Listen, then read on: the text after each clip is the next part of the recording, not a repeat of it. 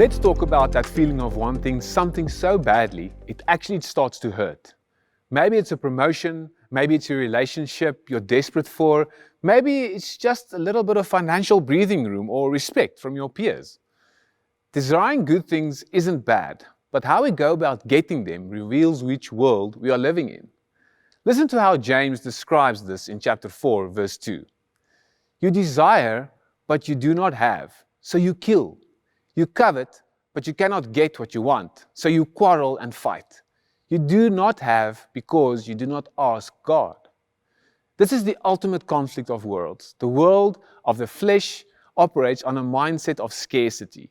It tells us that if we don't hustle, grasp, manipulate, and force our way to the front of the line, we are going to miss out. If we don't make it happen, no one else will. So we clench our fists and we fight for it. But the kingdom of God operates on a mindset of abundance. Jesus calls us to live as children of a Father who owns everything and loves to give good gifts. James points out the tragic irony of our lives. We are exhausted from fighting for things we could have simply asked for the Father for. You do not have because you do not ask God.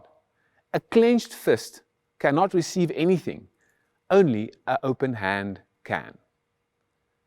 Here is our action step for today. Think of one thing you are trying to hardest to force into existence right now.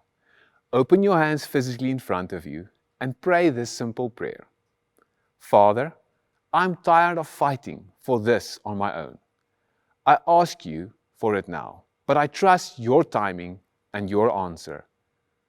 Change your posture from grasping to asking.